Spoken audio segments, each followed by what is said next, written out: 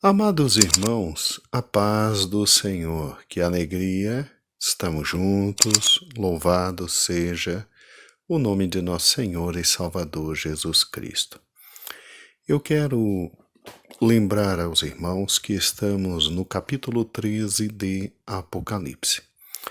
E a figura das duas bestas são figuras fundamentais para que nós possamos entender toda a questão do derramar das 7 taças da ira de Deus. Então, desde segunda-feira estamos falando sobre o anticristo.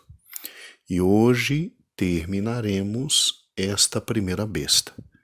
Lembrando somente, o anticristo é esta figura aqui, e obviamente não de forma literal, porque ele é um homem, mas esta figura representa exatamente quem é este personagem histórico. Primeiro, ele surge daqui, dos mares, das águas. Ou seja, ele é alguém que vem do meio dos povos, tá bom? Do meio dos povos. Por isso que a maioria dos intérpretes diz que ele não pode ser um judeu. Porque se ele fosse um judeu, ele simplesmente não viria dos povos, ele viria de Israel, tá? Ele viria do meu povo, assim estaria na palavra de Deus. Mas como ele vem das águas dos povos, ele é um gentil. Segundo lugar, ele é simplesmente alguém fantástico. A descrição dele é extraordinária. Ele tem corpo de leopardo. Significa que é alguém ágil, significa que é alguém rápido, significa que é alguém eficiente, tal como este fantástico felino, o leopardo. Só que ele tem pés de urso, então ele tem um poder pessoal muito grande. Ele tem uma força muito grande. Ele tem, obviamente, uma força de presença muito forte. Então, ele é alguém estruturalmente muito forte. O anticristo, ele tem boca de leão. Ou seja, ele é líder nato. Absolutamente líder nato. Fala como um grande líder, se posta como um grande líder, tem voz de comando como um grande líder e tal como um leão, ao ouvir sua voz toda a selva se cala, né? Então ele tem voz de comando, ele é poderosíssimo no falar. E, obviamente, com certeza, ele é alguém de uma capacidade mental extraordinária. A voz dele não é só de leão, a cabeça também. São 7 cabeças, e aí significa, obviamente, uma coalizão ou talvez de 7 regiões. Significa, obviamente, que talvez o mundo esteja dividido em 7 regiões, ou então significa exatamente toda a potencialidade da mente brilhante que ele tem. O número 7, né, significa perfeição. Então, também pode significar que ele é intelectualmente perfeito. Raciocínios rápidos, brilhantes, inteligentíssimos, capacidade de se impor de forma fantástica, e com a boca de leão que tem, simplesmente ele trabalha de forma muito eficaz. Muito eficaz. E como nós já vimos, ele fala o que o mundo na época quer ouvir. Blasfêmias. Blasfêmias. Ele é absolutamente o auge, né? O que os meninos chamam de a cereja do bolo. Só que o bolo é um bolo muito estragado. A sociedade desta época é uma sociedade muito estragada. E ele vai fazer um sucesso tremendo, que vai, ao contrário dos 144 mil que foram selados por Deus, ao contrário das duas testemunhas que falam a verdade, e ele vai falar mentira. E ele vai ser muito bem quisto, muito bem quisto. Agora, eu prefiro olhar para as 7 cabeças dele como 7 grandes habilidades que ele possuirá para poder, além de dominar o mundo, ele resolver 7 problemas capitais que existirão durante a grande tribulação, tá certo? Porque você tem que se lembrar que Jesus, ao abrir o primeiro selo, permitiu que ele saísse e saísse para vencer, tá? Ele saísse e saísse para vencer.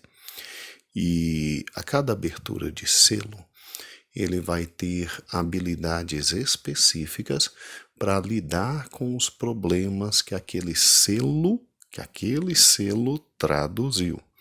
Então, eu creio, isso é uma posição minha, não precisa me seguir.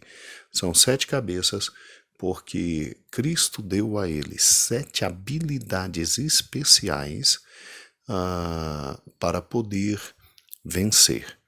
E fora toda a capacidade e poder que o diabo também lhe dá neste momento para poder conseguir alcançar todos os fatos que têm que ser alcançados nessa época. Por gentileza, não pense que o teu pastor está enlouquecendo. Não são os efeitos do coronavírus na minha cabeça, não, de maneira alguma. Quando eu disse que Cristo deu 7 habilidades especiais, é porque eu sei, calma, eu sei que quem está por trás do anticristo é o diabo, eu sei disso. Mas na medida em que Cristo abre o selo e permite que este anticristo vença, Cristo então está dando a ele autoridade para que ele possa vencer, tá? Mas ele não passa de um impostor, e isso é interessante porque quando chegar o verdadeiro Cristo, a humanidade simplesmente entenderá e saberá entre o verdadeiro e o falso quem é o Cristo legítimo, tá bom? Agora olhe que interessante. Veja então essas 7 cabeças. Elas significam sim, 7 habilidades fantásticas que ele terá para resolver os problemas na época. E eu creio que o mundo não será dividido em 7 regiões, mas sim em 10. Por quê?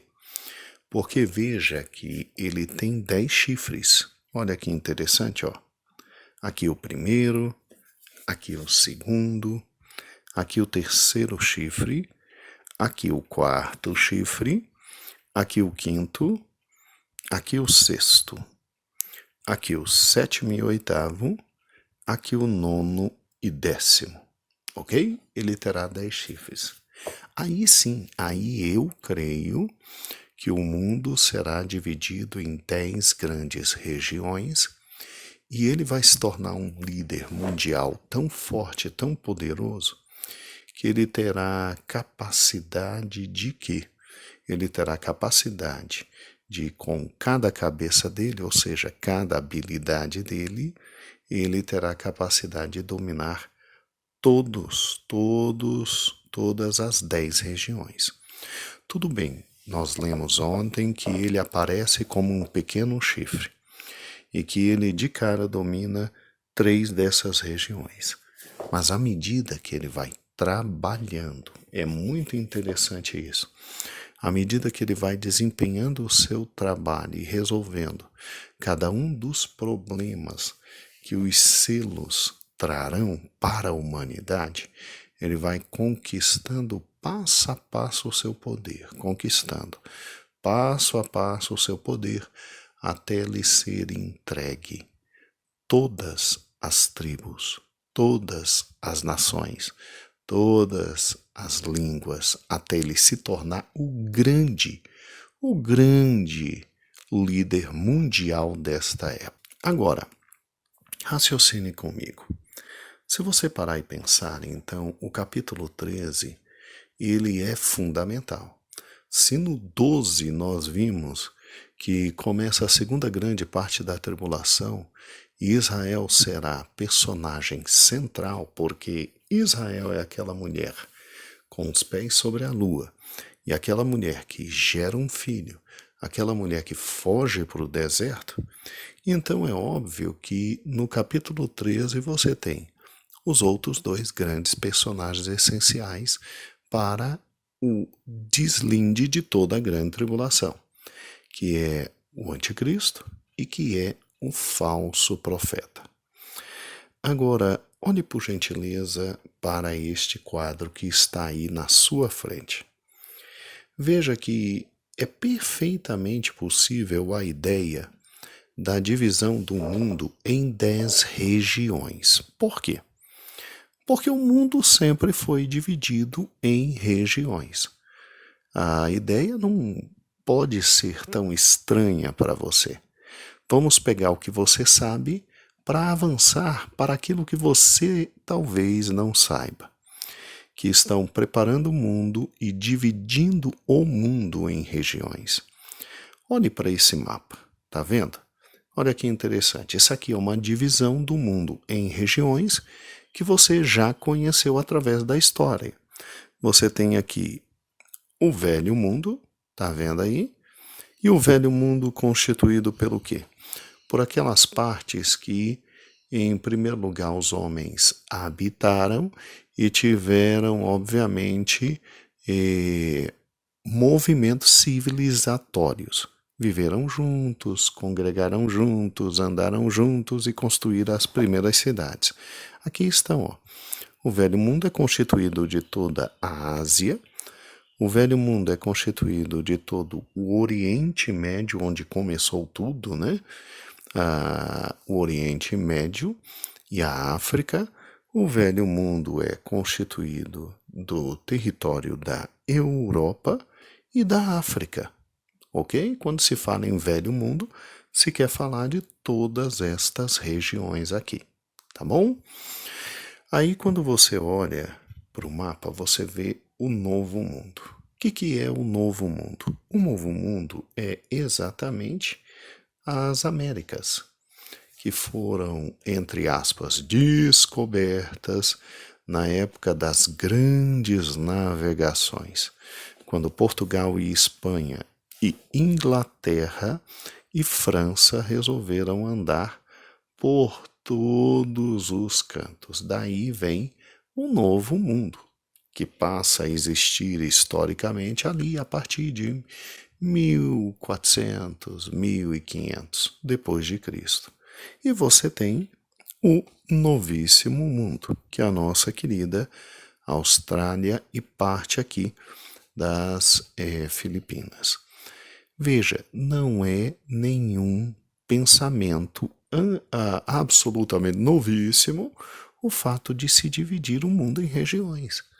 Eu creio que os 10 chifres são 10 regiões em que o mundo será dividido.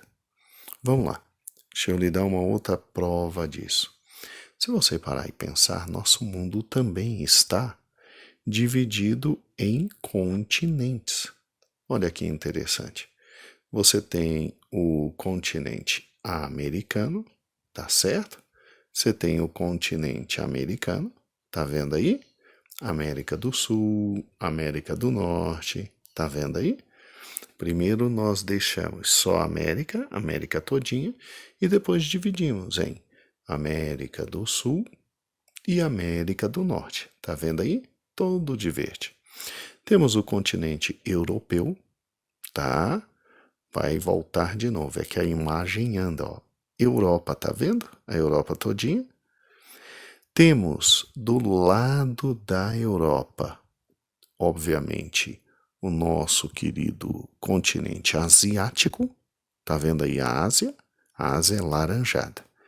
E existe a possibilidade de juntar a Europa com a Ásia e fazer a Eurásia. Tá vendo aí se transformando? Não é interessante? Ó, Europa, Ásia e agora vem a Eurásia. Tá? Olha aí, ó. É possível juntar, é possível dividir. Aqui embaixo você tem a África, de amarelo. Tá vendo? Heber está destacando exatamente tudo que estou falando. Aqui você tem a África, aqui embaixo a Oceania, e bem aqui embaixo a Antártica. Eu quero que você note o seguinte, ó. Olhe por gentileza para a América. Tá vendo, ó? A América pode ser vista todinha como América, desde lá de cima como lá embaixo, como pode ser dividida. Você tá vendo? América do Norte e América do Sul. Tá vendo? A mesma coisa, a Europa e a Ásia. Olha a Europa separada da Ásia. Como pode juntar também e criar o quê? O que os geógrafos chamam de hoje de Eurásia. Você tá vendo? A ideia de dividir o mundo em regiões não é novidade minha, não, nem dos intérpretes do Apocalipse. Ela já existe hoje, tá certo? Vamos para um novo mapa aqui. Veja que agora nós estamos dividindo o mundo entre o quê?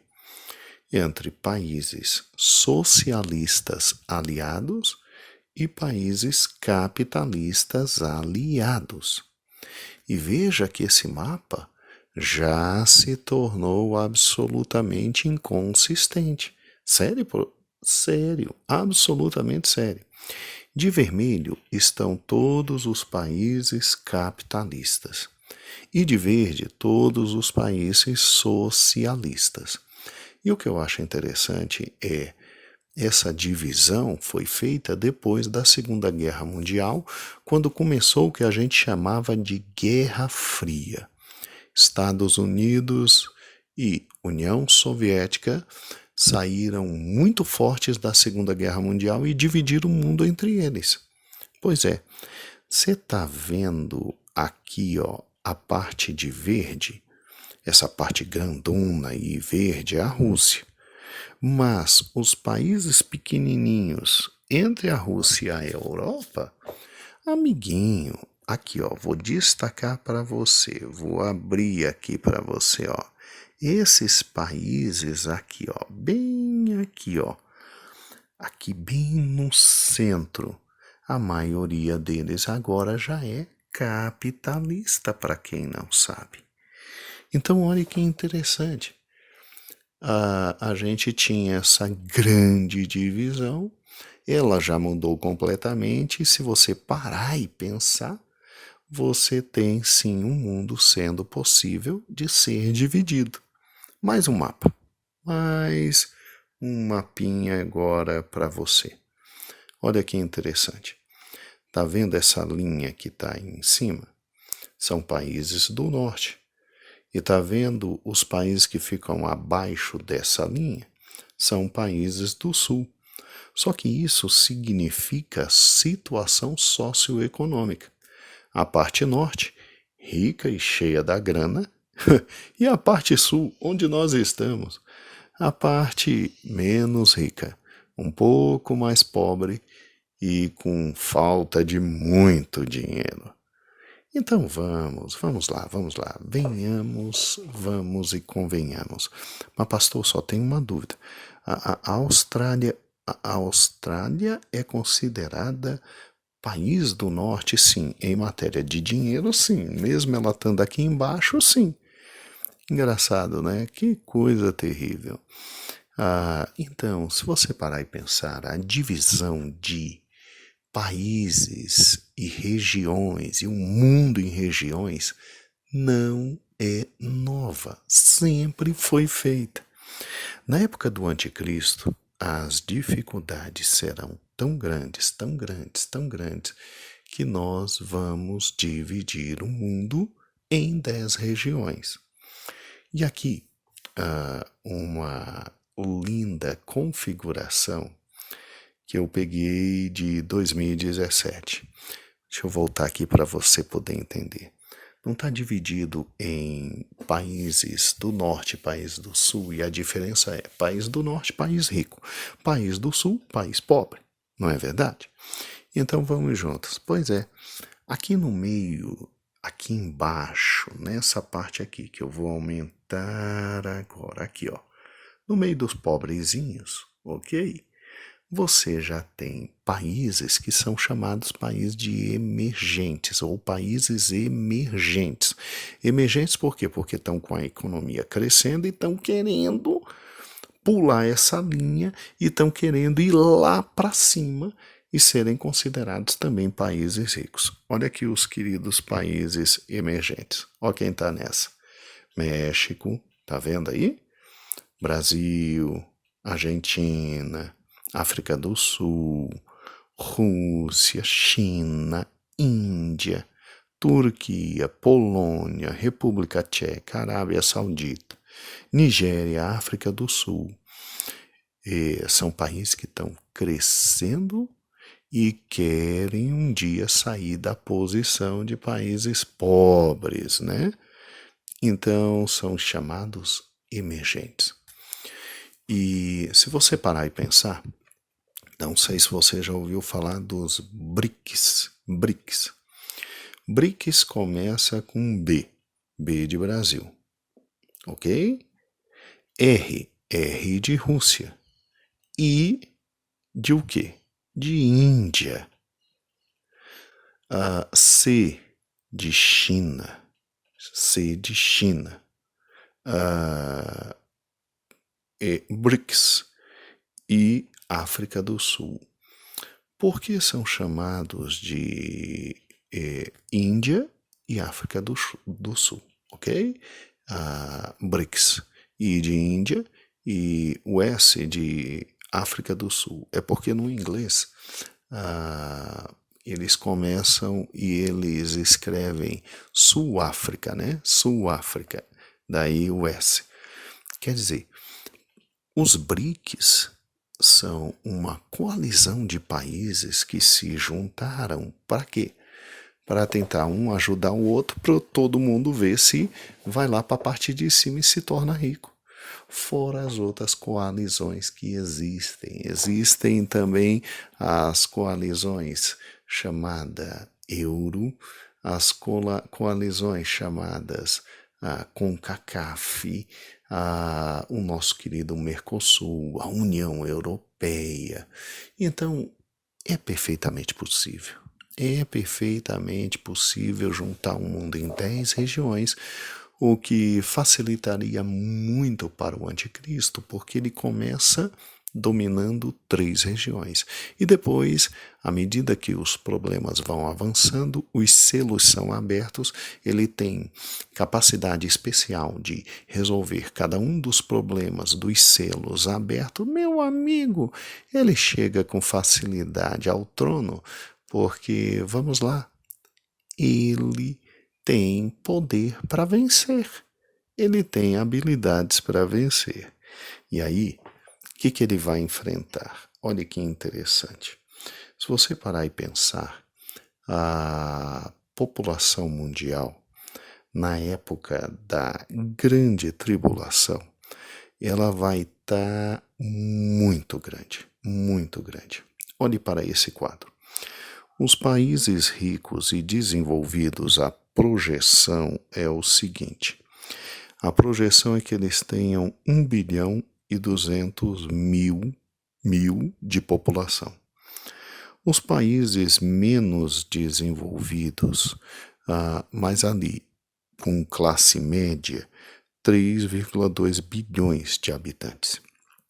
E os países pobres do mundo, aquela parte lá de baixo, junto com nós, né?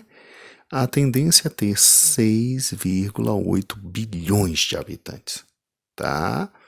O que vai dar em 2100, eu não estou dizendo que a grande tribulação vai ser em 2100, é uma projeção. O que vai dar em 2100, 11,2 bilhões de habitantes. Aí vamos lá. Pensa comigo.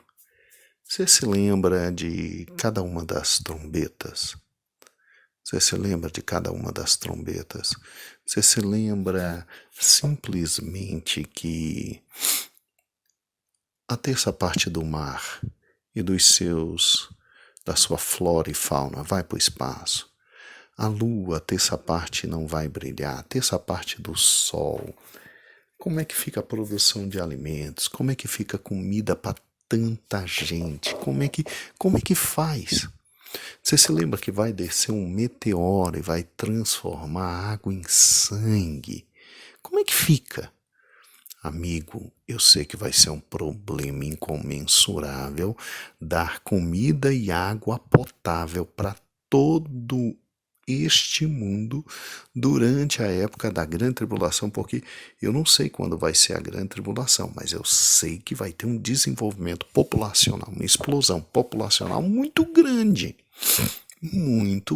principalmente por causa dos países menos favorecidos. Isso vai trazer uma fome tremenda. Daí, obviamente, os cavalos e cada um dos cavaleiros e fome e problemas econômicos estruturais. Pois é, o anticristo é esse ser extraordinário que consegue, neste momento, resolver esse problema. É só isso. Ele só vai resolver isso aqui, ó.